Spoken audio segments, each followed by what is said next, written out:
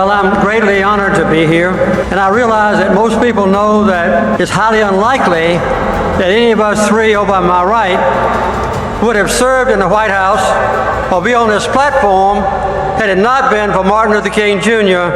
and his movement and his crusade for civil rights. So we are grateful to him for us being here. I'm also proud that I came from the same part of the South as he did. He never lost contact with the folks back home. It was helping Tennessee garbage workers, as you know, when he gave his life to a racist bullet. I remember how it was back in those days. I left Georgia in 1943 for college and the Navy. And when I came home from submarine duty, I was put on the Board of Education. I suggested to the other members that we visit all the schools in the county.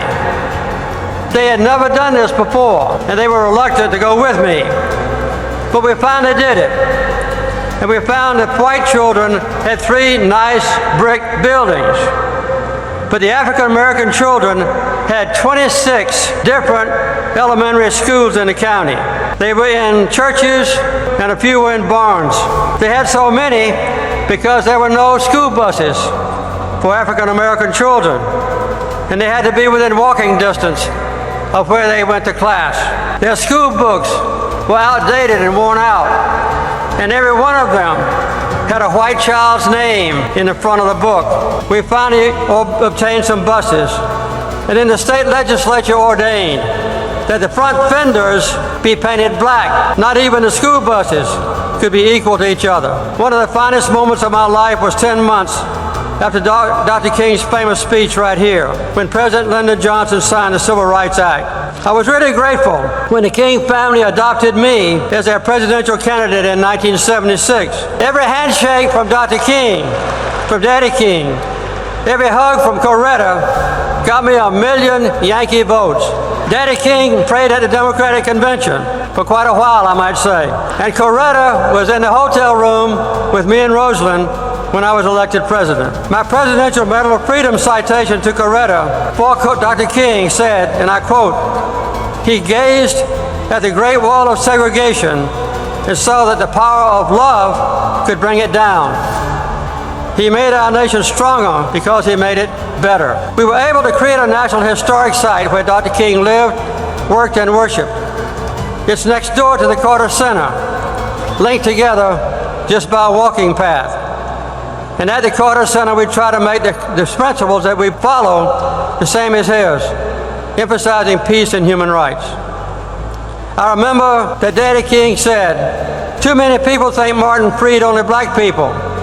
In truth, he helped to free all people." And Daddy King added, "It's not enough to have a right to sit at a lunch counter if you can't afford to buy a meal." And he also said, "The ghetto still looks the same even from the front seat of a bus." Perhaps the most challenging statement of Martin Luther King Jr. was, and I quote, "The crucial question of our time is how to overcome oppression and violence without resorting to oppression and violence."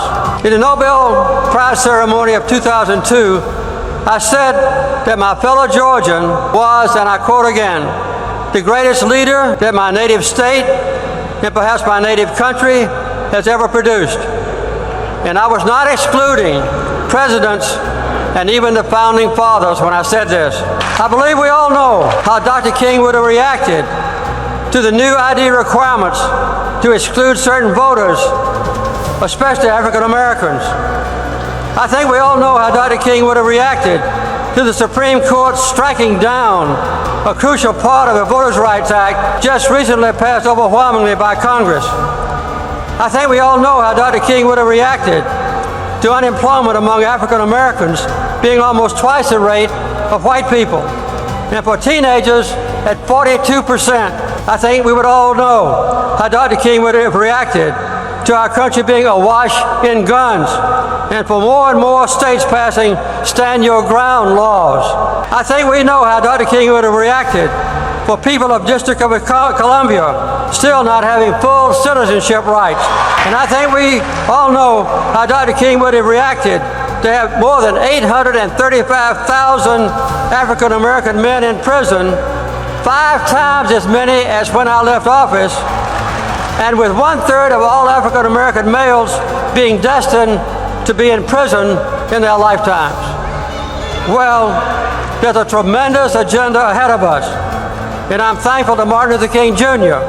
that his dream is still alive. Thank you.